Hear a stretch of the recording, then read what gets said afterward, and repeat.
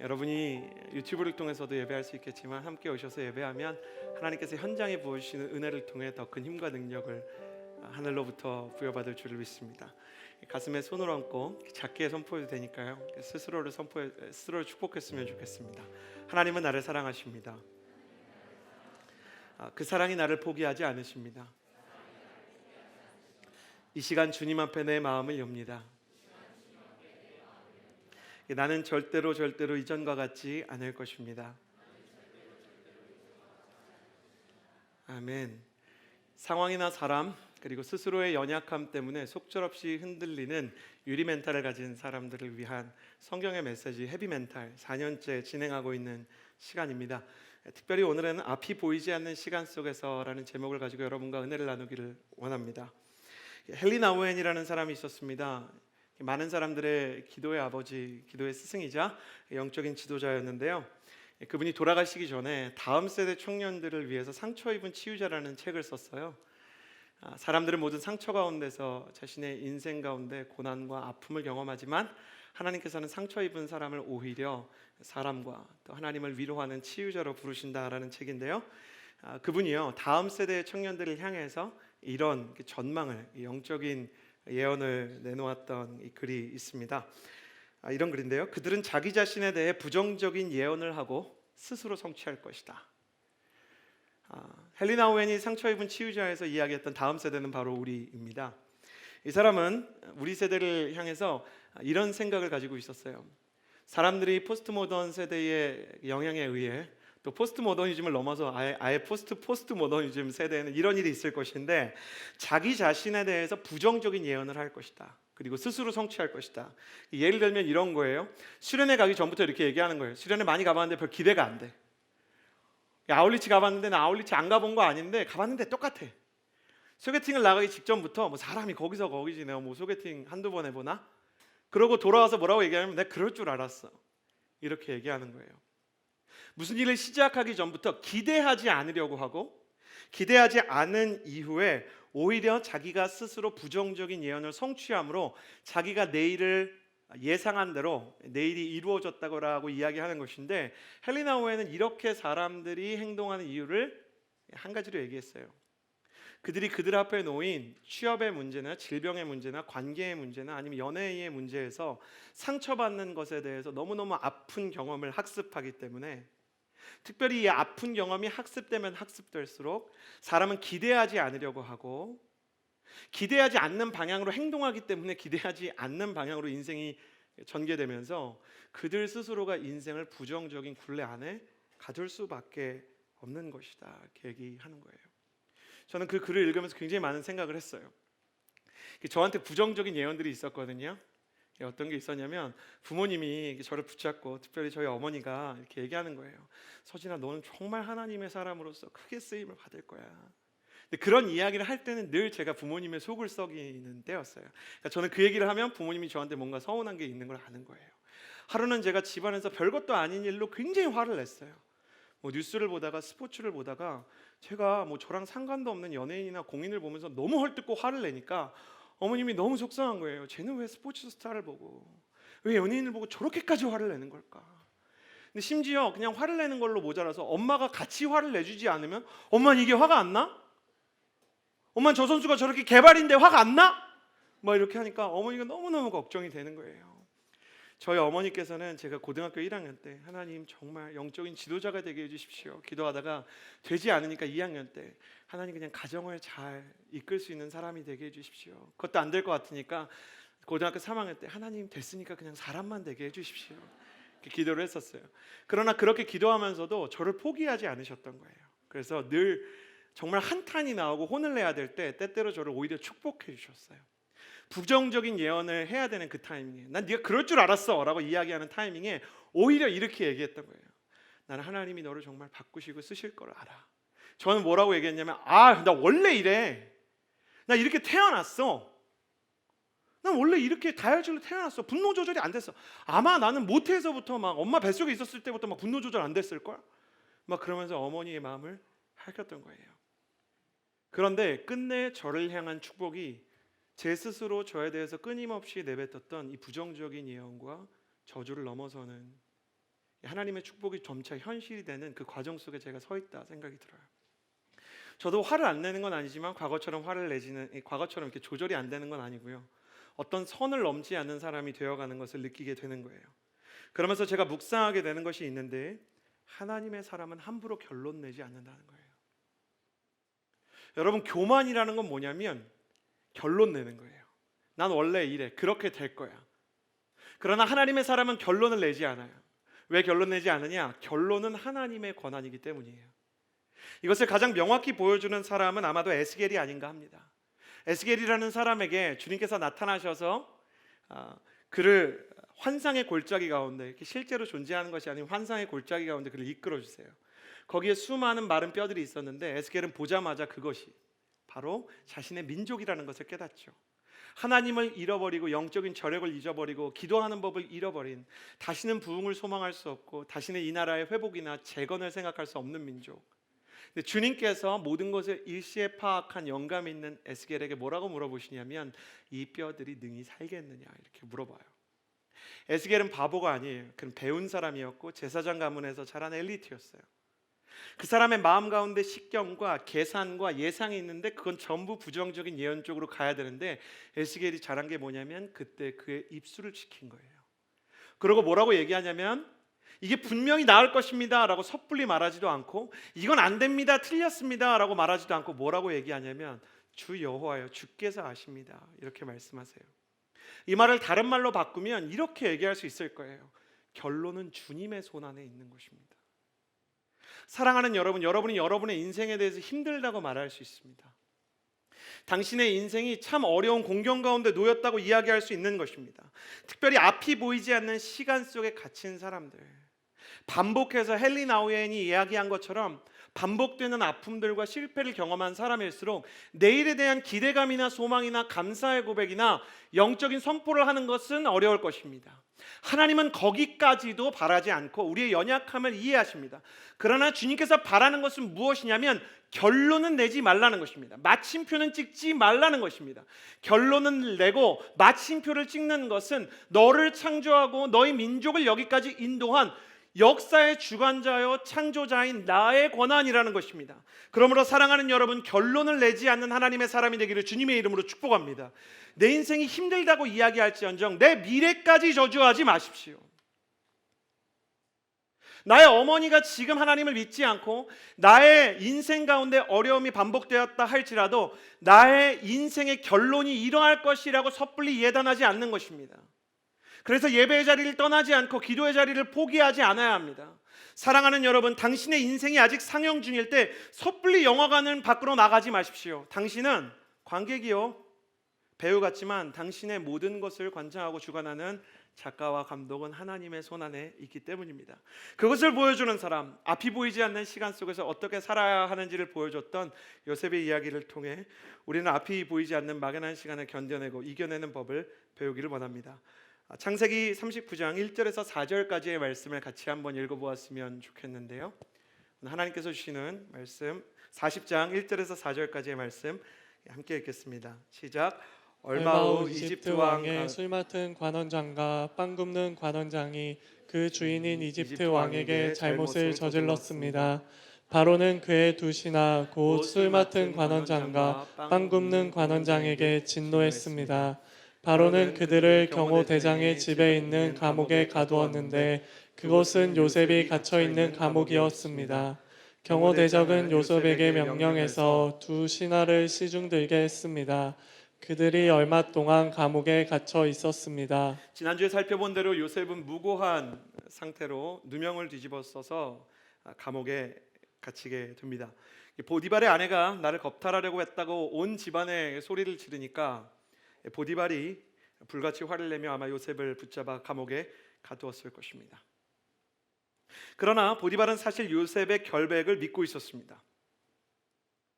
만일 보디발이 요셉을 수상하게 여겼고 진짜 성범죄를 저지르려다가 미수한 사람, 그것도 자기 아내를 겁탈하려다가 실패한 사람으로 생각했으면 당시 중동이나 아프리카 문화권에서는요 즉시 사형이에요. 종들을 죽이는 것은 적법한 절차가 필요 없이 특별히 애굽과 같은 신분제 사회에서는 그냥 주인에게 부여된 권한이었기 때문에 죽였을 거예요. 아니면 네 죄를 네가 알렸다라고 이야기하면서 끊임없이 잘못이 없다고 주장하는 요셉에게 거짓 자백을 할 때까지 잔혹하게 고문을 했을 거예요. 그런데 보디발은 단지 요셉을 자신의 집안에 있는 감옥에 가두었습니다. 이게 왜 그런지 좀 생각해 봅시다. 보디발의 직업은 경호대장으로 수사한 것을 발견하는 일입니다. 추정하건대 그는 아내가 어떤 사람인지를 대략 알고 있었을 것입니다. 그리고 그가 아내가 어떤 사람인지 알 뿐만 아니라 요셉이 어떤 사람인지도 알고 있었을 것입니다. 요셉과 아내의 엇갈리는 증언 속에서 그는 요셉에 대한 신뢰를 거두지 않고 그가 신의 가호를 받았던 것을 기억했습니다. 이것은 평소 요셉이 보여주었던 신뢰할 만한 행동과 또 특별한 하나님의 보호하심이 요셉 위에 있었기 때문입니다. 그러나 아내와 자신의 명예가 실추될 또한 위기가 있었기 때문에 그를 투옥하지 않을 수는 없었던 것이죠. 보디발이 요셉을 의심하지 않았다는 정황은 특별히 4절에 더 명확히 드러납니다. 경호대장은 여기서 말하는 4절의 경호대장은 보디발입니다. 자기 집에 있는 감옥에 가두었기 때문에 보디발은 요셉에게 명령해서 두 신하를 시중되게 하였다 이렇게 이야기합니다. 이 두 신하는 왕의 떡을 담당했던 떡관원과 왕의 술을 담당했던 술관원인데 지금으로 치면 이제 비서실 직원들이에요. 특별히 왕에 대한 독살이 많았던 시기에 왕이 먹는 음식에 독이나 문제가 없는지를 체크해야 됐던 것 같아요. 왕이 죽었다는 기록이 있었으면 왕이 만약에 죽었다면 그들이 사형을 당했겠지만 아마 이렇게 왕이 먹은 음식을 통해서 왕이 독살되지는 않고 어떤 그 질병에 걸렸을 확률이 높은 것 같아요. 애굽의 문헌들을 보면 그 애굽의 왕조들의 이런 사건들이 비일비재한데 음식을 먹었는데 장염이나 어떤 우리가 지금 볼 때 장염이나 어떤 탈이 나면 일단 술관원 떡관원은 감옥에 들어가는 거예요. 그래서 왕이 낫고 나면 오늘 말씀해 보면 3일 뒤에 이들이 복직되는데 왕이 낫고 나면 누가 잘못했는지를 가려서 이제 왕이 좀 건강해진 상태에서 이렇게 판결을 내리는 거죠. 그러니까 이 사람들은 비서실 직원인데 지금 보디발의 감옥 안에 있는 정치범 수용소에 들어왔어요. 그렇지만 구속 상태이긴 해도 판결이 확정된 건 아닌 거예요. 그러니까 보디발은 정치적인 선택을 내려야 됐어요. 뭐냐? 이 사람들을 너무 서운하게 하면 안 돼요. 그렇다고 이 사람들을 너무 선대해도 안 돼요. 무슨 말인지 아시겠죠? 경호대장인데 자기는 경호실 직원인데 원래 알던 사람들이란 말이에요. 같은 청와대에서 한솥밥을 먹던 경호실과 비서실 사이예요. 근데 이 사람들이 대역죄인이 될 수도 있는데 이 사람들을 너무 자기가 나서서 잘 대해주면 또 나중에 대역죄인 되고 자기가 정치적인 부담을 무릅써야 되고 이 사람들을 너무 다른 죄수들처럼 홀대하면 나중에 혹시 이 사람이 사면될 경우에 비서실이 일을 갈 수 있으니까 묘책을 생각해낸 게 자기가 생각할 때 가장 일을 잘할 것 같은 요셉한테 맡기는 일이었던 거예요. 그러니까 이건 뭘 보여주냐면 보디발이 감옥에 보냈지만 가장 신뢰할 만한 사람이 요셉이었다는 걸 보여주는 거예요. 오늘 우리는 40장 말씀을 읽었지만 이들이 이미 투옥되기 전에도요, 요셉은 감옥에 그냥 간 게 아니고 다른 사람들의 방 배치라든지 음식 배분이라든지 온갖 행정에 대한 총괄을 맡았다는 기록이 있었던 것입니다. 성경에 기록된 이 특별 대우는 요셉이 보디발에게 얼마나 신뢰를 받았는 존재인지를 보여주는 것입니다. 여러분 기억하십시오. 인기가 많은 사람은 사람들이 좋아하고 사람들의 주목을 받지만 신뢰할 만한 사람은 하나님께서 쓰십니다. 인기와 신뢰 중에서 선택해야 한다면 신뢰를 선택해야 하는 것이죠.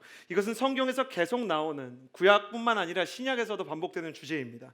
가령 사도행전 1장 8절의 말씀을 같이 한번 읽어보십시오. 함께 읽겠습니다. 사도행전 1장 8절의 말씀입니다. 시작. 성령께서 너희에게 오시면 너희가 권능을 받고 예루살렘과 온 유대와 사마리아와 땅 끝까지 이르러 내 증인이 될 것이다. 여러분이 잘 아는 대로 사도행전 1장 8절에 예수님께서는 내 증인이 될 것이다 라는 말씀을 남기셨죠. 법정의 파괴력으로 생각하면요, 효율적인 선교를 위해서 필요한 건 증인이 아니고 증거입니다.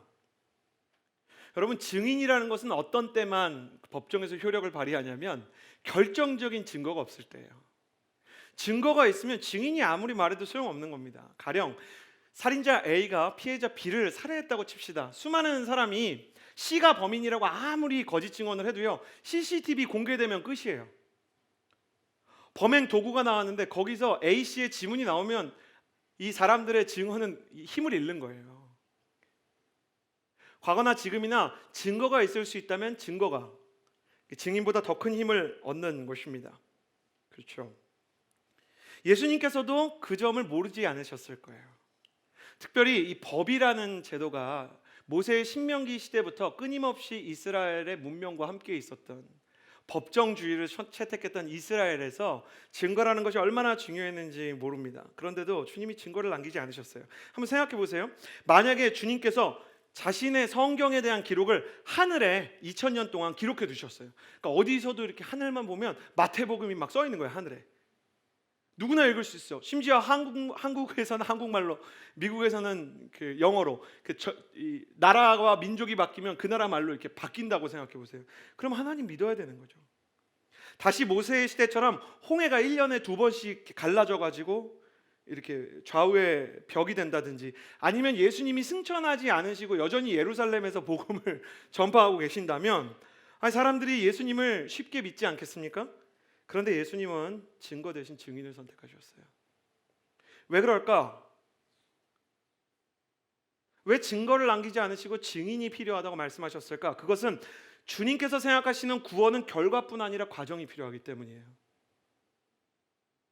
많은 사람들이 하나님이 살아있으면, 진짜 예수가 부활했으면 하늘에다 쓰면 되지, 그렇게 설득하면 되지, 그러니까 지극히 구원에 대해서 결과주의적으로 생각하는 거예요.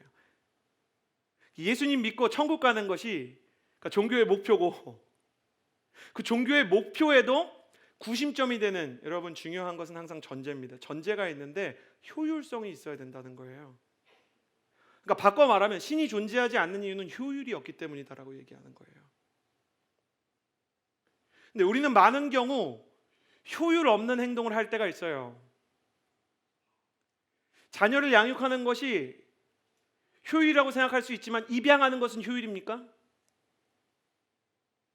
여러분, 동물의 세계와 찰스 다윈이 얘기한 자연 선택의 세계 속에서 막 입양합니까? 모글리 같은 데서 그 입양에 대해서 자연이 입양하는 얘기 나오죠. 정글북 같은 데서 늑대가 입양을 해요, 사람을. 여러분 그거 믿으십니까? 늑대가 배고픈데 사람을 입양했는데 늑대가 젖을 물리고 있겠습니까? 어제는 입양했지만 오늘은 먹이가 되는 거예요. 효율로만 설명할 수 없는 구조를 사람들은 사랑이라고 불러요. 희생과 가치와 숭고함이라고 부르는 거예요. 항상 희생과 사랑과 숭고함이 인류 역사에서 늘 상위의 선택의 기준이 되지는 못했어요. 동물들처럼 우리도 약육강식의 시대를 살아갔죠. 그렇지만 우리 안에 약육강식이 숭고함보다 더 위대한 가치라는 생각을 가지고 있지는 않아요. 우리가 추구하는 것은 숭고한 사랑이고 숭고한 희생이에요. 하나님을 닮은 거예요. 왜 증거가 아니라 증인이 과정주의가 되는가? 증거를 통해서 믿는 사람들은 지난주에 우리가 나눈 신에 대한 공포 중에 본능적인 공포와 막연한 공포심을 느끼는 거예요. 그러니까 공포 때문에 믿는 거죠. 내가 하나님을 안 믿으면 지옥에 가니까, 내가 하나님을 믿지 않으면 하나님이 나를 처벌할 거니까. 그러니까 얼마나 괴롭겠어요. 믿는 척을 하고 하나님을 두려워한 나머지 하나님이 어떤 분인지 알아갈 방법이 없는 거죠. 근데 증인은 뭘 보여주는 사람이냐면 하나님을 믿는 사람의 인생을 보여주고 과정을 보여주는 거예요. 하나님을 믿는 사람은 이런 걸 보여줘요. 하나님을 믿어서 어려움 가운데 탈출하기도 하지만 하나님을 믿는데도 불구하고 어려움 속에 보통 사람들이랑 똑같이 들어있어요. 그러니까 역시 효율주의가 등장해요. 하나님 믿는데도 네가 저 어려움 가운데 있다니. 그러니까 코로나 바이러스 때문에 한 교회가 이제 어려움을 겪고 이제 예배를 못 드리게 되니까 이제 그런 댓글 예상했죠. 이제 그런 게 달리는 거예요. 하나님이 코로나 바이러스는 안 막아 주시더냐, 막 이제 이런 거 달리는 거죠. 여러분, 우리가 중국 후한에 가서 전염자를 만나거나 지금 확진된 환자들을 만나서 기침 얼굴에 맞으면 하나님이 특별히 보호해 주실 수도 있지만 전염될 수 있는 거예요. 하나님의 사람들은 너무나 지극히 보통 사람과 같은 고난과 어려움을 겪어요. 똑같이. 근데 뭐가 다르냐면 그것을 겪어가는 과정과 그 어려움을 딛고 일어나는 저력과 그 근거가 다른 거예요. 세상도요, 어려움을 극복하는 사람이 있어요. 근데 어려움을 극복하면 극복할수록 교만해지고 자기밖에 모르는 사람은 결국 한 번 무너지면서 모든 것을 다 잃어버리는 것처럼 나락에 떨어지는 경우가 많아요. 어린 시절에 너무 큰 성공을 경험했던 셀럽들이나 연예인들이 한 방에 무대를 잃어버리면서 그냥 불가항력적인 나이에 의해서, 시대의 변화에 의해서 자기가 잘못한 게 없는데도 내리막길을 걸으면서 얼마나 자기가 그동안 쌓아왔던 교만, 자기가 만들어왔던 프라이드에 의해서 무너지는 모습을 보게 되는지요. 하나님을 믿는 사람들은 똑같은 환경, 똑같은 절망 속에서 어떻게 살아가는지를 보여주는 거예요. 주님께서 원하시는 것은 예수님을 믿는 사람이 어떤 존재인지를 보여주기 원하셨던 거예요. 복음이라는 것을 복음은 이거야 라고 사형리로 정리하거나, 사형리는 후대에 정리한 거죠.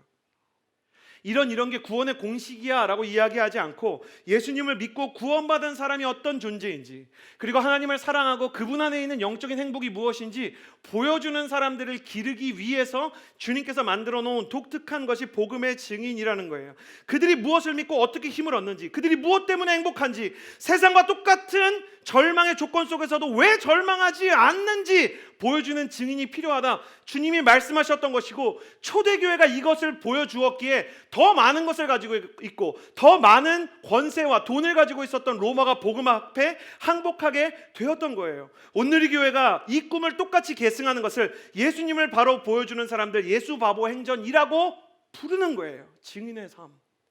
요셉은 자신이 이런 것들을 이해하고 그 삶 가운데 던져지는 것은 아니었지만 하나님을 믿는 사람이 어떤 사람인지 보디발에게, 그리고 감옥에 있는 사람들에게 보여주는 것입니다. 중요한 것은 하나님께서 증인을 통해서 복음을 전하겠다고 말씀하셨을 때 증거보다 훨씬 더 불완전한 하나님의 제자들을 먼저 믿어주셨다는 거예요. 그러니까 세상이 그 사람들을 믿어주지 않아요. 하찮게 본단 말이에요. 예수님께서 승천하시던 사도행전 1장에 제자들은 정말 사회의 아웃사이더고 사회에서 정말 무시받는 사람들이었고, 인도의 불가촉 천민처럼 정말 사람들이 거들떠보지 않는 존재였어요. 사회의 어떤 억압에 의해, 그리고 그들에 의해서 길들여진 자기 자신을 바라보는 그 의심 때문에 그들은 사실상 자존감이 없는, 타인의 시선에 길들여진 자존감이 없는, 타존감만 있는 사람들이었던 거예요. 그렇지만 예수님은 끊임없이 나의 소망은 너다라고 말씀하시고, 부활하기 전에 제자들이 뭘 모를 때나 부활한 예수님을 보고 연약할 때나 그들에게만 소망을 거셨던 거예요. 우리가 강변북로를 타고 양화진에 가잖아요. 그럼 거기 개신교의 성지와 천주교의 성지가 똑같이 있어요. 왜냐하면 조선시대 말에 개신교나 천주교인이나 가리지 않고 하나님을 믿는 사람이라고 말하면 그냥 목을 자르는 참수형이 있었기 때문이에요. 산 이름도 끔찍합니다. 여러분 거기 성지 산 이름 아세요? 절두산입니다. 머리를 자르는 산. 수많은 순교자들이 거기에서 자신의 인생을, 자신의 생명을 버려야 했습니다. 거기요, 저희와 종파는 다르지만 카톨릭의 추기경이었던 김수환 추기경의 글이 있어요. 천주교 그 순교자 박물관에 좀 약간 이렇게 소름 돋습니다. 쭉 순교자들 사진이 이렇게 있어요. 그래서 순서대로 다 보면 맨 마지막에 끔찍하게도 거울이 있어요. 의미하는 바가 바로 들어옵니다. 순교자가 다 있고 마지막에 거울이 있어요. 그래서 저는 옛날에 이 거울을 보고 이렇게 해가지고 밑으로 이렇게 저는 용기가 없어가지고 통과했던 적이 있어요. 근데 거기 써 있는 글을 참 잊지 못해요. 그리스도는 당신만을 믿습니다. 이렇게 써 있어요. 하나님이 먼저 우리를 믿으시는 거예요. 여러분 이 얘기를 들으면서 오늘 설교는 나랑은 아무 상관없는 얘기다 생각하는 분들 많을 거예요. 내가 그리스도의 증인이 되나? 나는 오늘 설교 듣고 힘을 얻으려고 여기 왔는데, 나는 오늘 말씀을 듣고 내 인생에 어떤 지혜를 얻으려고 여기 왔는데, 내가 그리스도의 증인이 되고 정말 예수님과 동행하는 사람의 모습을 보여준단 말인가? 하나님은 그렇다는 거예요. 요셉이 그랬던 것처럼 나는 너희를 증인으로 부른다. 주님께서 우리를 먼저 믿어주셨지만 그렇기 때문에 우리가 간과하지 말아야 되는 것은 증언의 신뢰성은 증인이 법정에서 이렇습니다 라고 이야기하는 증언의 신뢰성은 평소에 증인이 가지고 있던 인생의 신뢰성에 달려있다는 거예요. 여러분 미국 법정 드라마 이런 거 좋아하십니까? 법정 영화 이런 거 좋아하세요? 이렇게 검사나 변호사가 상대편을 공격하기 위해서 늘 얘기하는 게, 당신은 알코올 중독을 앓고 있지 않았습니까? 당신은 가정폭력 전과가 있지 않습니까? 이렇게 상대방의 그 증언이 정말 그럴듯하면 메시지를 공격할 수 없을 때 메신저를 공격하죠. 저 사람은 믿을 만한 사람이 아닙니다. 저 사람이 말이 그럴싸해 보여도 저 사람은 평소 알코올 중독을 앓고 있었기 때문에 저 사람이 그날도 술을 먹지 않았는지 우리는 의심해야 됩니다. 저 사람은 과거에 아동 성범죄가 있습니다. 그런데 지금 성범죄의 증인으로 이 법정에 선다고요? 그리고 막 이렇게 얘기하면 막 우리 편 변호사가 막 당황하죠. 그 사람의 이력을 몰랐기 때문에. 요셉이 신뢰를 얻었다는 것은 무엇을 보여주냐면 그가 증인으로서 신뢰할 만한 삶을 살았다는 거예요. 무엇보다 그가 정직했을 것이에요. 그는 이렇다고 하면 정말 이랬고 저랬다고 하면 정말 저랬고 그렇게 할 것이다라고 말하면 그렇게 하는 사람이었어요. 정직하고 약속을 잘 지키는 사람이었습니다. 예수님의 증인이 되기 위해서 우리가 마음속에 가져야 하는 덕목은 무엇인가? 정직함입니다. 사랑하는 여러분, 그렇기 때문에 영성과 인간 세계의 윤리는 일부분이 연결되어 있다고 할 수 있습니다. 가장 중요한 것은 정직한 것입니다. 밥 한 번 먹자와 같이 지킬 의지가 없는 약속을 하지 않는 훈련을 하십시오. 안 먹을 거라면 그냥 반가웠다 하고 보내십시오. 밥 한 번 먹자보다 더 사람을 절망하게 하는 것은 내가 기도할게입니다. 기도할게. 그리고 기도 안 하면 하나님도 슬프고 그 사람도 슬픈 것입니다. 요즘엔 제가 기도할게라는 말을 이렇게 잘하지 못하는데 지체들이 기도해 주실 거죠? 라고 물어봅니다. 그러면 차라리 그 앞에서 기도하려고 애를 쓰는 것입니다. 지키지 못한 약속이 있다면 기억하게 해달라고 기도하십시오. 정직하지 못하다면 정직하지 못한 채로도 쓰임받을 수 있는 방법이 있습니다. 지키지 못한 약속에 대해 사과하는 것입니다. 생각나지 않는 것까지는 어쩔 수 없습니다. 생각이 난다면 지키든지 사과를 하든지 하는 것입니다. 지켜야 했는데 그러지 못했다. 거기서부터 출발할 때 주님께서 나의 정직과 신뢰성을 통해서 일하기 시작하는 것입니다. 이것을 통해 우리는 요셉이 앞이 보이지 않는 시간 속에서 증인의 삶을 포기하지 않았다는 것을 배우게 됩니다. 나는 앞이 보이지 않는 시간 속에서 당신이 증인의 삶을 포기하지 않게 되기를 주님의 이름으로 축복합니다. 두 번째 5절에서 8절의 말씀을 같이 한번 읽어보겠습니다. 5절에서 8절입니다. 함께 읽겠습니다. 시작. 감옥에 갇혀 있는 이 두 사람 곧 이집트 왕의 술 맡은 관원장과 빵 굽는 관원장이 꿈을 꾸게 됐습니다. 각자 같은 날 밤에 꿈을 꾸었는데 그 내용이 서로 달랐습니다. 다음 날 아침 요셉이 그들에게 왔을 때 그들이 침울해 있는 것을 발견했습니다. 요셉은 자기 주인의 집에 함께 갇혀 있는 바로의 신하들에게 물었습니다. 오늘은 두 분의 얼굴빛이 왜 그리 안 좋으십니까? 그들이 대답했습니다. 우리가 꿈을 꾸었는데 꿈을 풀이해 줄 사람이 없구나. 요셉이 그들에게 꿈을 풀이하는 것은 하나님께 달린 일이 아니겠습니까? 꿈꾸신 것을 제게 말씀해 보십시오.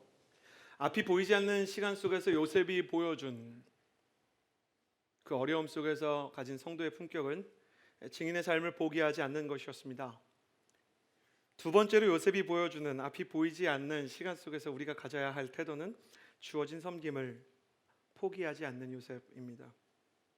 우리가 지난 요셉 설교에서 몇 번을 나누었듯이 보디발의 감옥에서 요셉의 은사는 영적인 꿈을 꾸는 능력에서 타인의 꿈을 영적으로 해석하는, 꿈꾸는 자에서 꿈을 해석하는 단계로 성장을 하게 됩니다. 그런데 제가 말씀을 보면서 처음으로 발견하게 된 것이 있었는데, 요셉이 애굽으로 끌려간 이후 그는 평생 영적인 꿈을 꾸지 않게 되었다는 것입니다. 원래 꿈꾸는 자가 꿈을 잃어버렸습니다. 꿈을 잃어버린 해몬과 요셉, 저는 이게 참 슬프게 느껴집니다. 마치 이렇게 느껴집니다.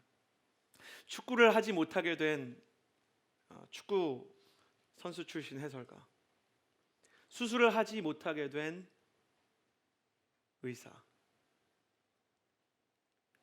그는 애굽에 팔려간 이후 자신의 영적인 꿈을 잃어버렸을 뿐만 아니라 심지어 자신이 원하는 일정이나 개인적인 행복을 위해서는 시간을 쓸 수 없는 비참한 신세가 되었습니다.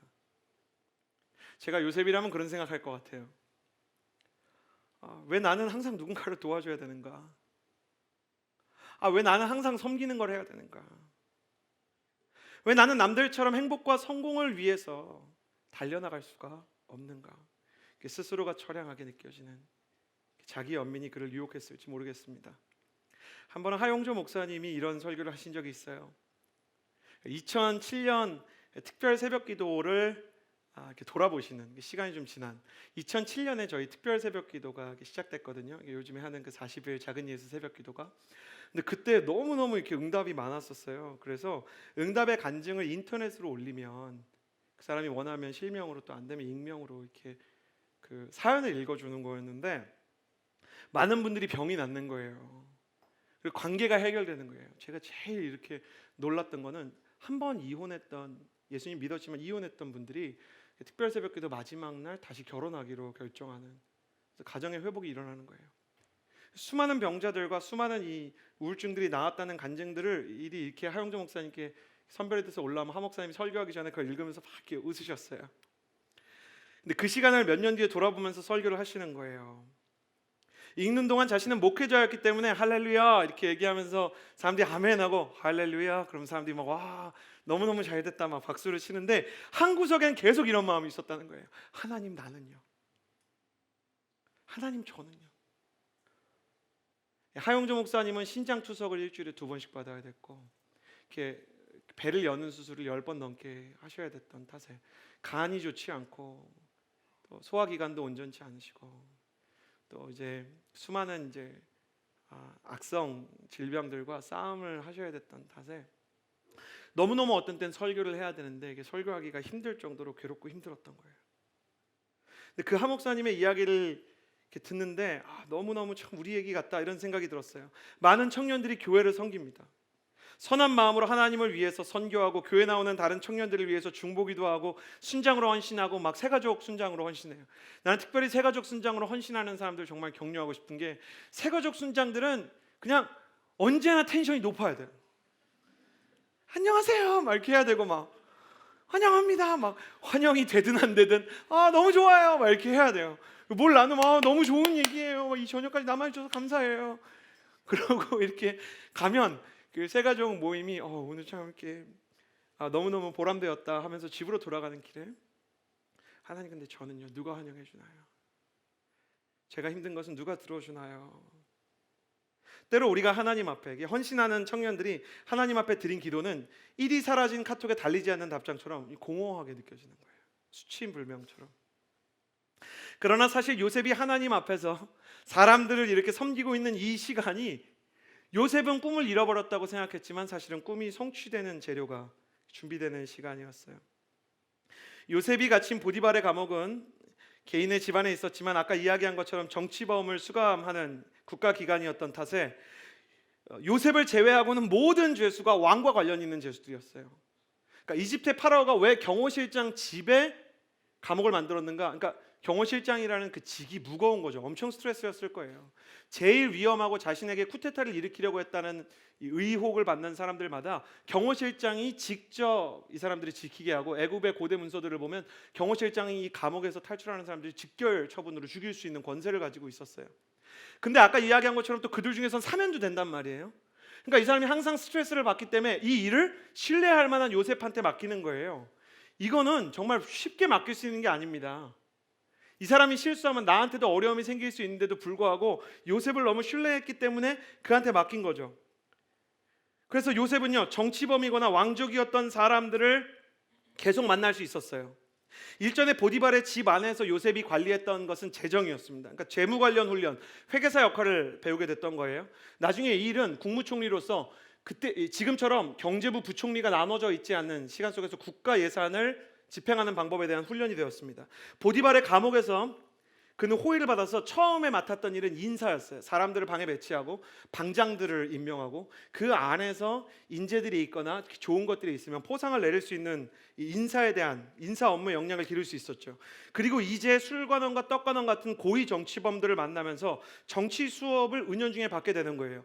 대한민국도 민주화가 어려웠던 시간 속에서는 감옥에서 만난 동지들끼리 자신들의 정치적인 식견을 주고받으면서 일평생 동행하게 되었던 역사가 우리나라뿐만 아니라 세계사에서 얼마나 많은지 몰라요.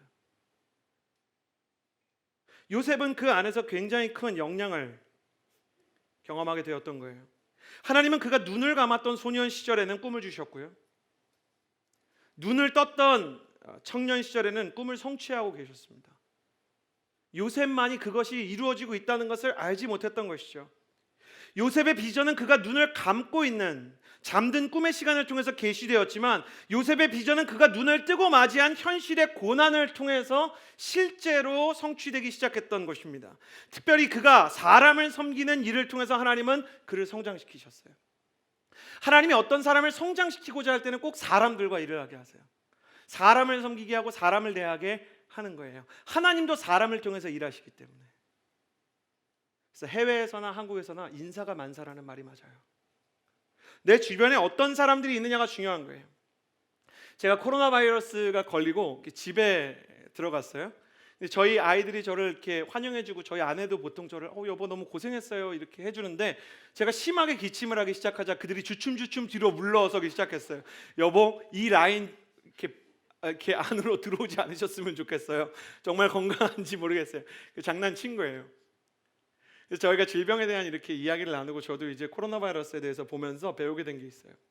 사람이요, 어떤 증상들을 가지게 되면 지금 국가 안에 코로나 바이러스를 진단할 수 있는 키트들이 한정돼 있으니까요, 몇천 개로. 모두에게 해줄 수 없고 가장 먼저 하는 질문 중에 하나가 뭐냐면, 어디를 다녀왔고 누구를 만났느냐를 보는 거예요. 그 사람의 동선과 그 사람의 접촉 가운데 감염자의 동선과 또 감염자와의 밀접 접촉이 있었는지를 확인하는 겁니다. 영적인 세계의 원리도 이와 같은 게 아닌가 싶어요. 우리가 인생에서 어떤 사람을 만나고 그 사람의 기침과 같은 말들과 숨길 수 없는 재채기 같은 감정들을 전이받으면서 사는 인간의 네트워크 속에서 우리는 우리 자신이 받고 있는 영향에 대해서 생각하지 못하지만, 하나님의 은혜를 입은 사람에게 주시는 가장 큰 축복은 하나님께서 그 네트워크를 하나하나 만들어 주시고, 하나님께서 그 인간관계를 조율해 주시기 시작한다는 것입니다. 왜 교회는 끝내 온라인으로 전환하지 않습니까? 왜 오프라인 교회가 필요합니까? 예배를 드리는 것이 교회의 본질인 것 같지만, 성도와 성도의 만남이 때로는 더 중요할 수 있기 때문입니다. 하나님은 하나님과의 만남을 구원이라고 얘기합니다. 하나님을 만난 순간부터 그 사람에게는 구원이 시작된 거예요. 하나님과 영원한 만남, 영원한 현지형의 만남 속에 있는 것을 우리는 천국 안에 있다라고 얘기해요. 마찬가지로 우리가 하나님의 비전을 이루는 방법은 성도와 성도의 만남을 통해서 이루어지는 것이에요. 사람을 통해서. 나는 여러분이 2020년에 하나님이 원하는 만남들을 가지게 되기를 주님의 이름으로 축복합니다. 친구를 만날 때나 사람을 만날 때나, 여러분이 어떤 조직이나 집단 안에 들어가게 될 때 하나님의 계획 안에 있게 되기를 바라는 것이죠. 하나님은 사람을 섬기는 일을 통해 하나님을 섬기는 자를 빚어가신다. 때문에 하나님 앞에서 버려지는 섬김도 없습니다. 하나님 앞에서 버려지는 만남도 없습니다. 모든 섬김이나 만남은 낭비 없이 그분의 손 안에서 재료가 되는 것입니다. 우리의 섬김은 마치 건축 재료처럼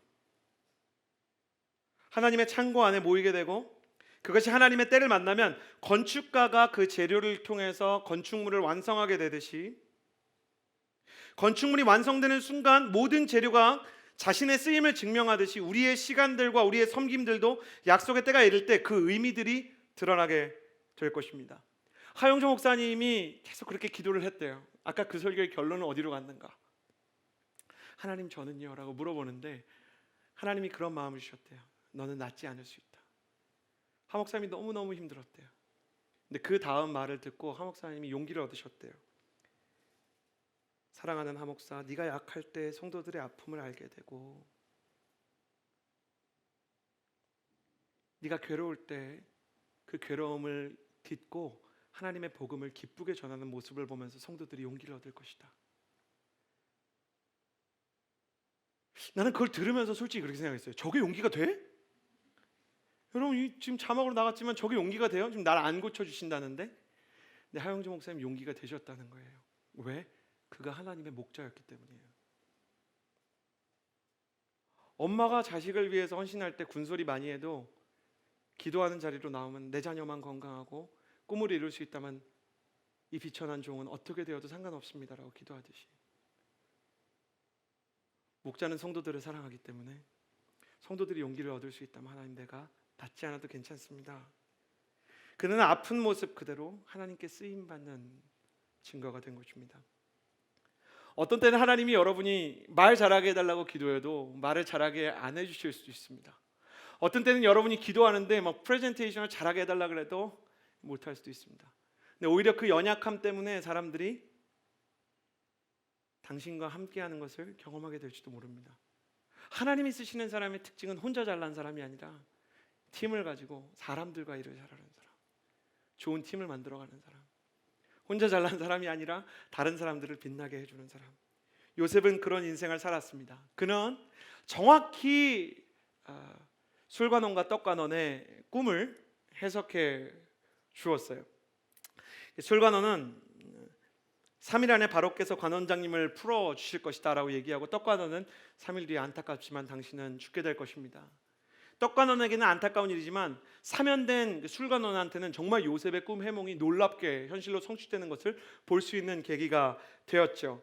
요셉은 그에게 간곡하게 자신을 잊지 말고 바로에게 얘기해서 자신도 석방되게 해달라고, 그는 대단한 꿈을 꾼 게 아니에요. 총리되게 해달라고 얘기한 게 아니고 뭐라 그랬냐면 그냥 내가 여기서 좀 벗어날 수 있게 해달라고 이야기합니다. 그런데 어떤 일이 일어나는가, 20절에서 23절까지의 말씀 같이 한번 읽어보도록 하겠습니다.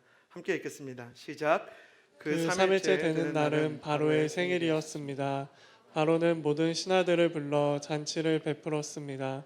바로는 그의 신하들 앞에서 술 맡은 관원장과 빵 굽는 관원장을 불러들였습니다.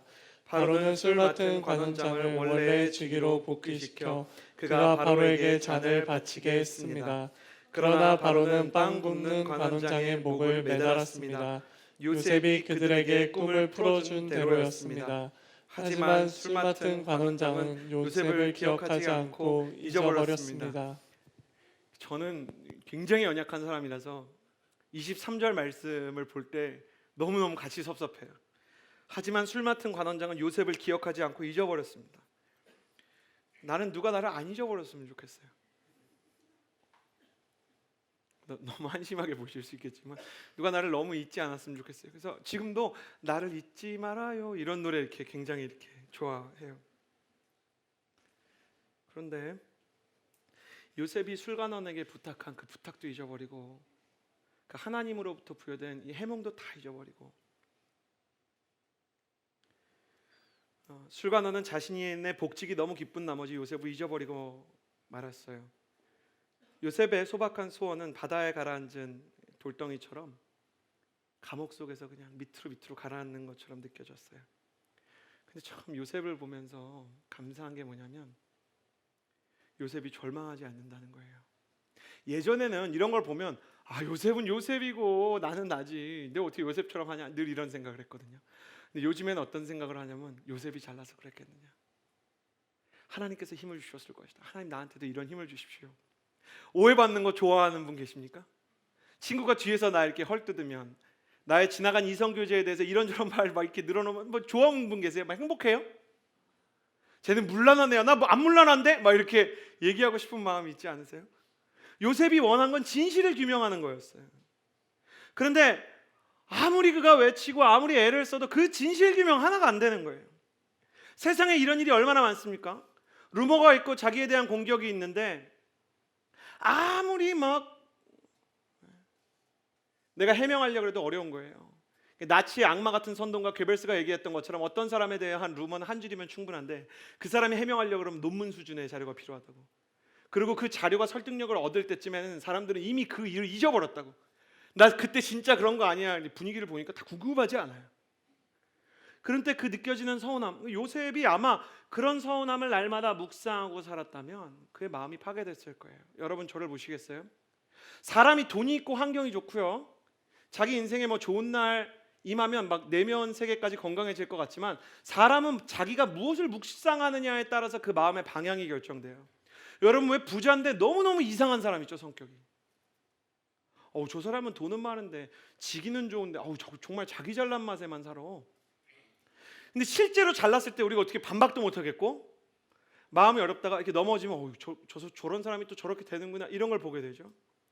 근데 어떤 사람은 가진 건 없는데 너무 고결하고 이야기해 보면 평안이 있고 그 사람이 정말 좋은 학교에 나오지 않았지만 지혜롭고 정말 현명한 사람들이 있죠. 나는 가끔 복음 전하러 국내 아울리치 갔다가 할머니들이 이야기하는 인생 이야기를 듣고 정말 기겁을 하는, 정말 놀라는 때가 있어요. 고스톱 치는 할머니 중에서도 이렇게 얘기하는 사람이 있어요. 야야 들어봐라, 광 잡고 태어났다고 광 잡고 죽는 거 아니대. 그러면서 이렇게, 그런 분들의 특징은 눈을 쳐다보지 않고 계속 치면서 이렇게 더 신비하죠. 별거 아닌데 그런 말이 이렇게 막 마음속에 오는 분들이 계세요. 그리고 이렇게 우리에게 정말 감동을 주는 영상들 보면 정말 평범한 사람들이 많죠. 어려움을 이겨내고 고난을 이겨내는 정말 평범한 사람들, 자기의 마음을 지켜내는 사람들. 요셉이 마음을 지켜내지 못했으면 난 참 이해가 됐을 것 같아요. 이럴 수 있구나. 요셉을 보면서 마음이 어려울 수도 있지만 요셉을 보면서 한번 이렇게 생각해 보세요. 아마 요셉이 마음을 지키지 못하고 무너졌으면 우리는 더 상처받았을 거예요. 하나님 믿어도 어쩔 수 없구나. 어렵지만 이런 길이 있다는 것을 보여주고 있어요. 그는 어째서 절망하지 않았을까? 지난 시간에 나눈 것처럼 그는 보디발의 아내 앞에서도 하나님이 여기 계십니다 라고 말할 정도로 하나님과 동행하고 하나님을 느끼는 임재의식을 가진 사람이었어요. 나는 이것이 우리 청년부의 목표가 되기를 바라요. 나는 하나님께서 2020년에 성령을 통해서 하나님이 느껴지시는, 하나님과 동행하는 청년들을 세워주시기를 주님의 이름으로 축복합니다. 전보다 하나님의 위로가 더 와닿고 전보다 하나님의 말씀이 더 힘을 얻는 거예요.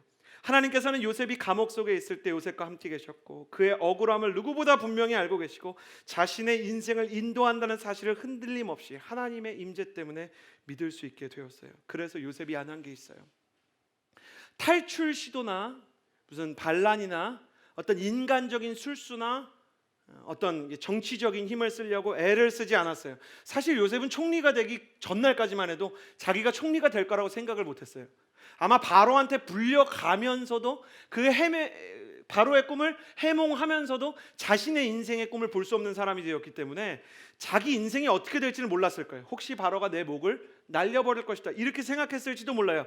그러나 그는 하나님이 말한 대로 말했고 하나님이 보여주시는 대로 이야기하고 보디발의 집이나 감옥에서 탈출하려고도 하지 않고 하나님의 손 안에 모든 것을 맡겨드렸어요. 요셉은 그 고난마저 하나님의 손 안에서 통제되고 있고 하나님께서 나를 버리지 않았다는 믿음을 가지고 있었던 거예요. 이런 믿음을 가졌던 사람이 또 있어요. 시편 34편 10절에 이런 말씀이 있어요. 젊은 사자는 궁핍하여 줄일지라도 여호와를 찾는 자는 모든 것에 부족함이 없으리로다. 이게 누가 쓴 시냐면 다윗이 쓴 시예요.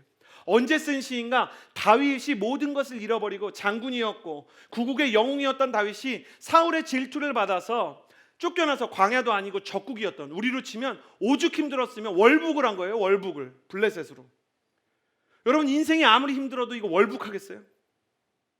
넘어가겠어요? 북한으로 가시겠어요? 우리 그렇게 안 할 거 아니에요. 오죽 급했으면 그냥 국경을 뛰어넘어가지고 갔는데 블레셋 사람들이 저거 다윗 아니냐? 골리앗 쓰러뜨리고 우리 죽였던 사람 아니냐? 이러니까 망명 신청하려고 하다가 갑자기 침을 질질 흘리면서 미친 행세를 하는 거예요. 막. 그러니까 야 저런 미친 사람이 다윗일 리가 없어. 닮은 사람이겠지. 다행히 아직 사진이 발명이 안 됐기 때문에 다윗이 미친 척을 하면서 자기 부하들과 함께 도망칠 수 있었던 거예요. 얼마나 이게 체면이 떨어지고 서러웠을까. 우리 리더가 미친 척 해가지고 벗어나는 거예요. 여러분 한번 생각해 보세요. 이렇게 한번 생각해 보세요. 저랑 아울리치를 갔는데 이슬람 공항에 잡혔는데 제가 막 기도하지 않고 저 뭐 아무것도 모르는데요 막 이래가지고 I don't know 막 이렇게 해가지고 막 이렇게 풀려나면은 너무너무 무슨 하나님의 방법도 아닌 것 같고, 우리 목사님 저렇게까지 해야 되나? 목사님 아울리치 가려면 이렇게 해야 되는 거예요? 뭐 이런 생각할 수 있지 않겠어요? 나는 지금 이거 하면서도 부끄러운데 이거를 하면서도 부끄러운데 다윗은 얼마나 부끄러웠겠어요. 그런데 다윗이 풀려나면서 쓴 시가 이거라는 거예요. 젊은 사자는 궁핍하여 줄일지라도 여호와를 찾는 자는 모든 것에 부족함이 없다. 아니 부족함이 없냐고. 지금 왕이 자기를 죽이겠다는데.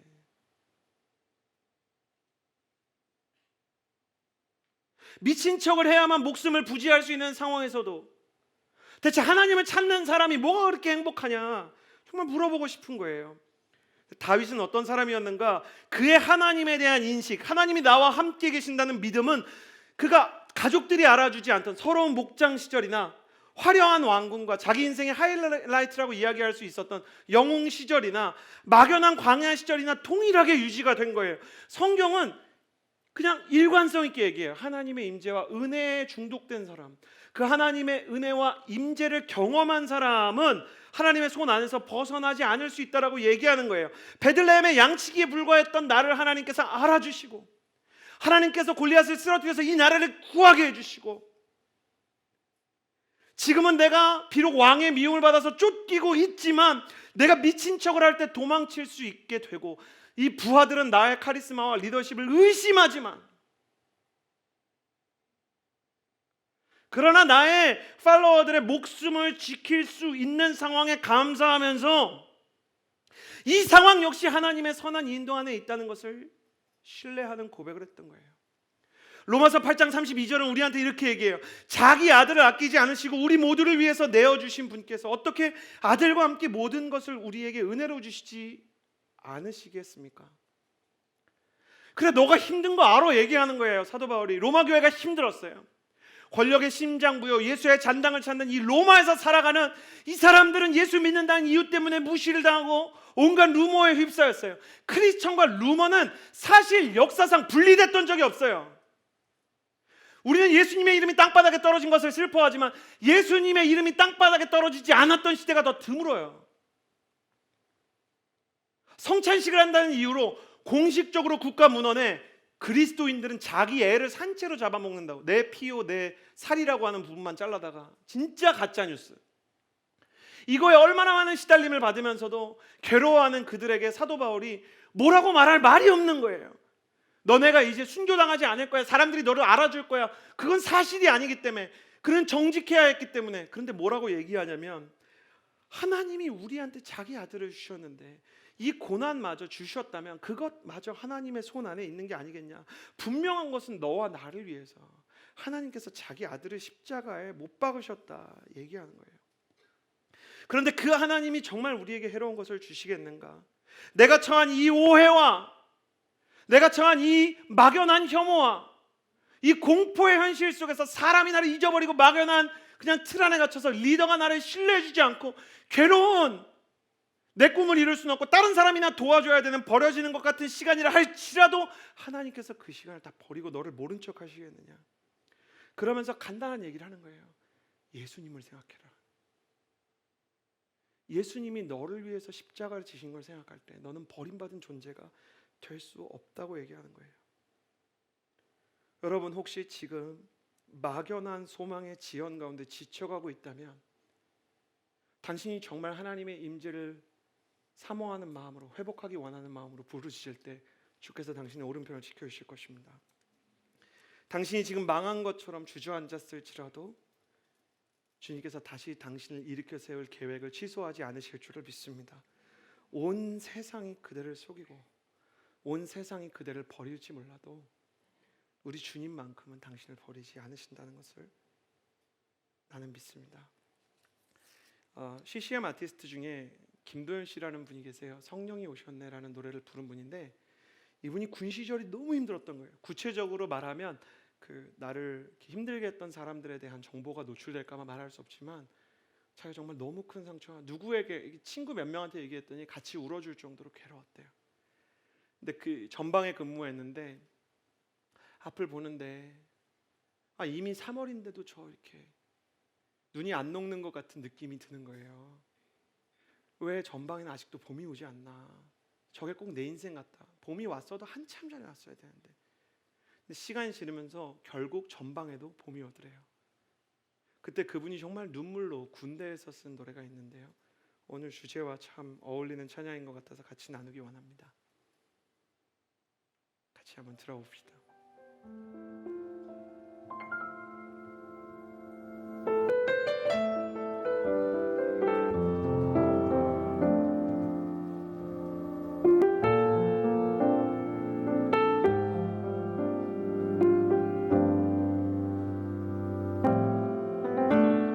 산골짜기 여기저기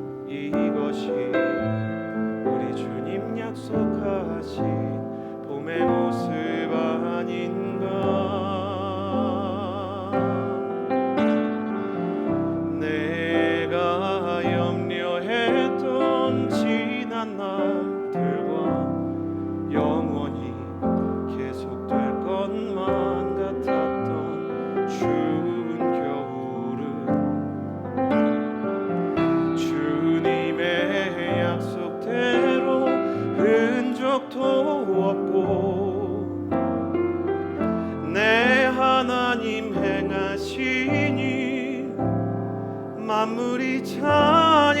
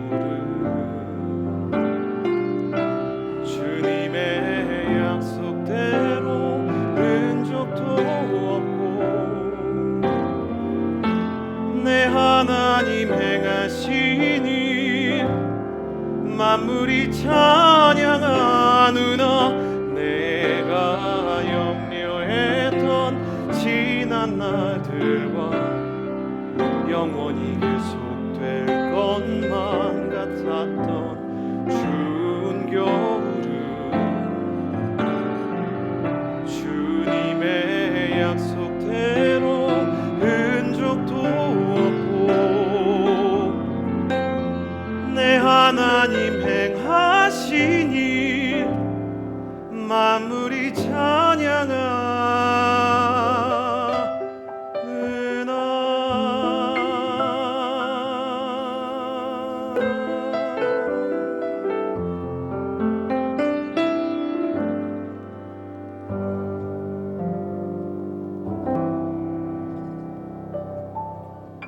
사랑하는 여러분, 당신의 인생 가운데 앞이 보이지 않는 시간들이 지속되는 어려운 터널에 갇힌 것 같은, 들어오는 입구는 기억이 나는데 나가는 출구는 보이지 않는 어려움 가운데 있을 때에도 요셉처럼 살겠습니다라고 주님께 약속할 수 없는 존재이지만 하나님, 나도 요셉처럼 살기 원합니다라고 고백할 수 있는 믿음이 남아있기를 축복합니다. 처음에 이야기했던 것처럼 하나만 부탁드리자면 절대로 결론을 내리지 마십시오. 우리 인생의 마침표는 주님께서 찍어주시는 것이기 때문입니다. 하나님, 여기가 끝인 것 같습니다. 나는 여기까지인 것 같습니다. 나는 이제 이 기도를 포기하려고 합니다. 나는 이제 이 믿음을 내려놓으려고 합니다 라는 어려움 가운데 늘 시험받는 분이 계시다면, 혹은 기도하지만 믿음이 없고 하나님 앞에 예배하지만 감격이 없고 말씀을 듣지만 내가 저런 이야기 한두 번 들어보나 의심이 찾아오는 분이 있다면, 다시 한번 주님께서 나를 위해서 준비하시는 봄이 올 때까지 내가 견딜 수 있는 요셉이 되게 하여 주옵소서. 하나님, 나도 요셉처럼 앞이 보이지 않는 시간 속에서 증인의 삶을 포기하지 않도록 주님, 사도행전 1장 8절에 이야기했던 것처럼 성령의 기름 부음을 내려 주옵소서. 앞이 보이지 않는 시간 속에서 주어진 섬김을 포기하지 않을 수 있도록 하나님의 마음과 성품을 허락하여 주옵소서. 앞이 보이지 않는 시간 속에서 하나님을 향한 믿음을 포기하지 않는 강인한 사람이 될 수 있도록 나의 연약함을 주님께 의탁드립니다라고 고백하기를 원합니다. 이 시간에 크게 기도하지 않아도 좋습니다. 가슴에 손을 얹고 잠잠히 기도하며 나아갈 때, 하나님 아버지, 나의 모든 인생을 주님 불쌍히 여겨 주옵소서. 특별히 요셉처럼 저력이 없고 하나님을 향한 믿음이 있으나 거룩하지 않고 내 인생에서 하나님이 행하신 일들이 있지만 하나님에 대해서 나의 마음이 자꾸만 흔들리는 연약한 나를 주님 불쌍히 여겨 주옵소서. 주님, 나의 인생과 마음을 주님의 손에 맡겨드립니다. 주님의 성령으로 나를 채워주옵소서. 성령을 구하며 기도하며 나아갑시다. 기도하겠습니다. 선하신 하나님 아버지, 기도하며 나아갑시다. 앞이 보이지 않는 시간 속에서 나는 증인으로 살 정직함이 없습니다. 정직하게 살아야 했고 신뢰받을 만한 삶을 살아야 했지만, 나는 하나님께서 기뻐하실 만한 능력들이나 삶의 흔적을 가지고 있지 않습니다. 하나님을 믿고 하나님과 동행하기를 원하지만 하나님과 온전히 동행할 수 없는 연약한 사람임을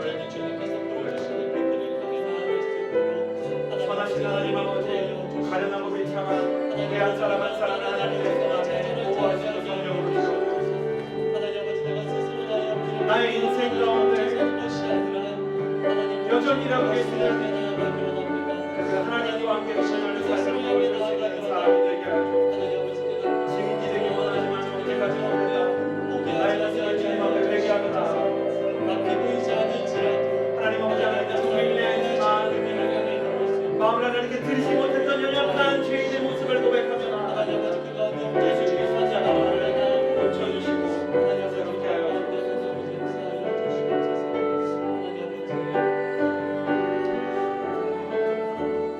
하나님 아버지 위한 사람 한 사람의 모든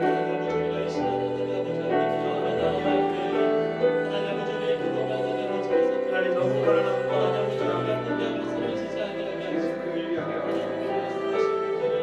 하나님 정직해서 기도를 떠나게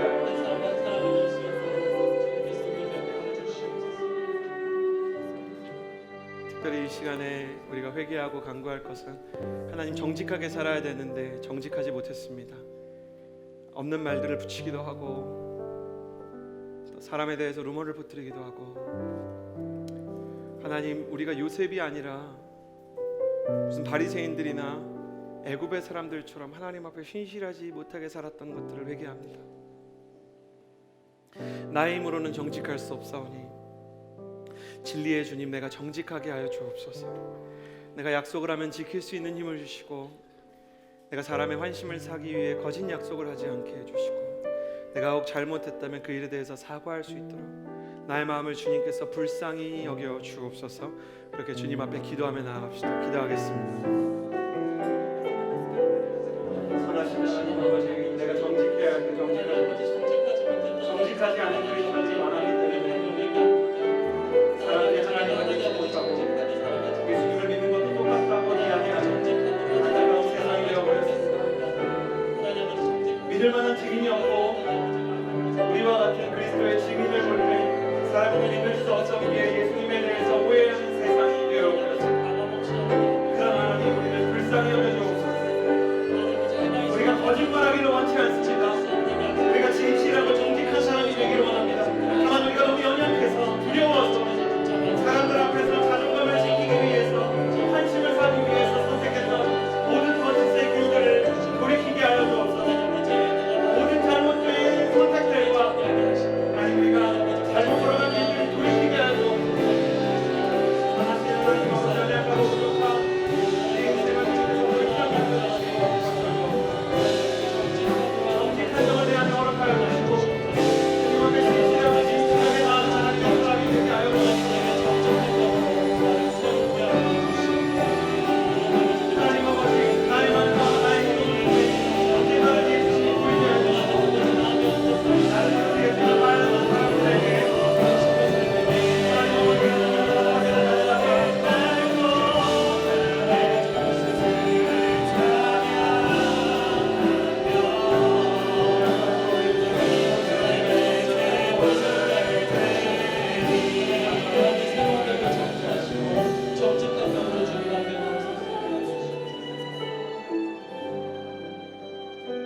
마지막으로 기도할 때 하나님 내게 버려지는 시간이 없다는 믿음을 주십시오. 내 모든 시간이 버려지는 것처럼 느껴집니다. 하나님 이 시간이 버려지는 것이 아니라 보이지 않는 재료가 준비되는 시간이라는 것을 내가 믿을 수 있도록 하나님 나의 믿음과 나의 신앙을 붙잡아 주옵소서. 이곳에서 예배하는 주의 청년들을 성령 하나님 위로하여 주옵소서. 믿음은 주님께 달려있는 것이니 주께서 믿음을 주시고 주께서 기도하게 하여 주시기를 소원합니다. 믿음의 동역자들을 통하여 우리의 믿음이 자라게 하여 주옵소서. 기도하고자 하는 열망이 생겨나게 하여 주옵소서. 하나님 아버지 주님께서 부어주시는 성령의 믿음으로 인하여 버려지는 시간 없이 주님 앞에 준비되는 시간이 될 수 있도록 기도하며 나아갑시다. 기도하겠습니다. 하나님 버려지는 시간이 오는 것이 나의 소원이 이루어지고 나의 시력이 비춰질 때 세상보다 오히려 늦은 나의 시간이